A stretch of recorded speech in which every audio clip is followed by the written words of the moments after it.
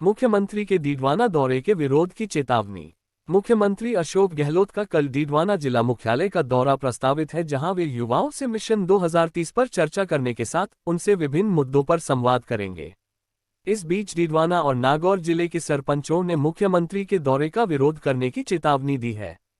नागौर और डीडवाना जिले के सरपंच आज डीडवाना जिला कलेक्ट्रेट पहुंचे और मुख्यमंत्री के दौरे के विरोध की चेतावनी देने के साथ मुख्यमंत्री अशोक गहलोत के मिशन 2030 को डीडवाना और नागौर जिले में फैल करने का भी ऐलान किया। दोनों जिलों के सरपंच जिला कलेक्टर सीताराम जाट के पास पहुंचे और उन्हें एक मांग पत्र सौंपा। मांग पत्र के जरिए सरपंचों ने मनरेगा और अन्य विकास कार्यों के पिछले 2.5 साल से अटके भुगतान जारी करने की मांग की। सरपंचों ने कहा कि उनका संगठन पिछले 2.5 साल से अपने हक के लिए लड़ रहे हैं, लेकिन सरकार ने उनकी मांगों पर गौर नहीं किया। अब जब खुद मुख्यमंत्री अशोक गहलोत डीडवाना आ रहे हैं तो उनके आने से पहले उनके अटके हुए भुगतान की स्वीकृति जारी की जानी चाहिए। अगर उनके रुके भुगतान की स्वीकृति जारी नहीं होती है तो दोनों जिलों के सरपंच कल न सिर्फ मुख्यमंत्री के दौरे का विरोध करेंगे, बल्कि मुख्यमंत्री अशोक गहलोत के मिशन 2030 से दूर रहकर उसको फेल भी करेंगे। इसके साथ ही सरपंचों ने ये भी कहा कि अगर सरकार उनके अटके हुए भुगतान के आदेश मुख्यमंत्री के दौरे से पहले जारी कर देती है तो वह न सिर्फ मिशन 2030 में अपनी भागीदारी निभाकर उसको कामयाब करेंगे, बल्कि मुख्यमंत्री अशोक गहलोत के हाथ को भी चुनाव में मजबूत करेंगे। राजस्थान को पता है कि 2.5 साल से हमारे नरेगा मद का जो भुगतान बकाया है, जो कार्य पूर्ण हो गया है, उनका भुगतान सामग्री मद का बकाया वो अभी तक लंबित है। हमने कई बार आंदोलन कर दिए।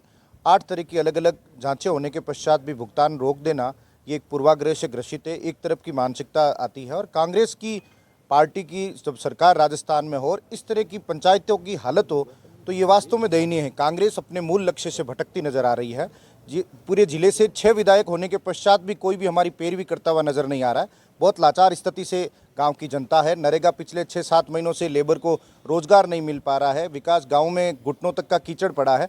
बड़ी बड़ी बोगस बयानबाजी तो करते हैं, रिपीट होने की बात करते हैं, बड़े इंफ्रास्ट्रक्चर की बात तो है, पर गाँव की जनता की तरफ कोई ध्यान नहीं है। क्या उनका वोट नहीं लगता? क्या गाँव की जनता गाँव के मिशन 2030 में भागीदारी नहीं रखती? क्या इस तरह की लोगों लंबे समय से त्रस्त होने के बाद हम लोग आज ज्ञापन देना है कलेक्टर साहब को कि अगर हमारी मांग पर सही तरह से निस्तारण नहीं हुआ तो कल हमें कुछ अलग निर्णय लेने पड़ेंगे जो कड़वे होंगे और उन्हें ठीक नहीं लगेंगे। ये बात तय है। कलेक्टर साहब ने आपसे वादा किया, अगर ये वादा कल तक पूरा नहीं होता है तो क्या मुख्यमंत्री के दौरे का भी विरोध रहेगा? बिल्कुल रहेगा, और अगर पूरा हो जाता है तो हम उनके साथ रहेंगे और हाथ से हाथ मिलाकर कांग्रेस को मजबूत करने का प्रयास करेंगे। क्या नाम है आपका? त्रिभुवन सिंह हूँ मैं, माणकपुर मुंडवा ब्लॉक से, पंचायत से, नागौर जिले से। ये संघर्ष शुरू हुआ था और अब आखिरी दौर में है आपकी लड़ाई।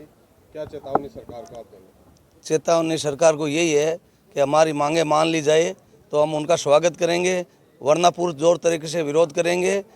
मैं मीडिया के माध्यम से ये कहना चाहता हूँ, कांग्रेस के जो हमारे 6 विधायक है कि राजस्थान नहीं विश्व में नागौर जिले का नाम था, और नाथूराम जी जैसे यहाँ नेता हुए जिन्होंने बीबीसी बुलाई, और नाथूराम जी को लोग आज ही गांव के अंदर याद करते हैं।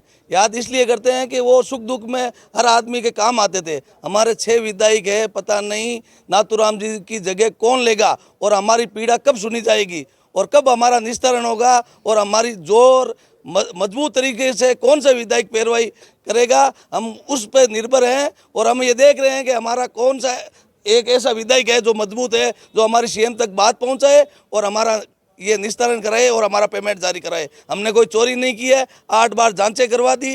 राजस्थान में नागौर जिला कांग्रेस का गढ़ है और सीएम साहब यहाँ आ रहे हैं तो सीएम साहब को भी ये सोचना चाहिए कि हमने चोरी थोड़ी की है, गाँव का विकास कराया, हमने काम कराया। करोड़ों रुपये लोगों से कर्जदार हो गए ये सरपंच, दर दर की ठोकरें खा रहे हैं। आत्महत्या करने जैसी नौबत है। तेलंगाना में ही ऐसी वारदात हुई, सरकार से हार थक के सरपंच परेशान होकर आत्महत्या कर ली। यहीं राजस्थान में वो घटना वापस दोहराई जा सकती है।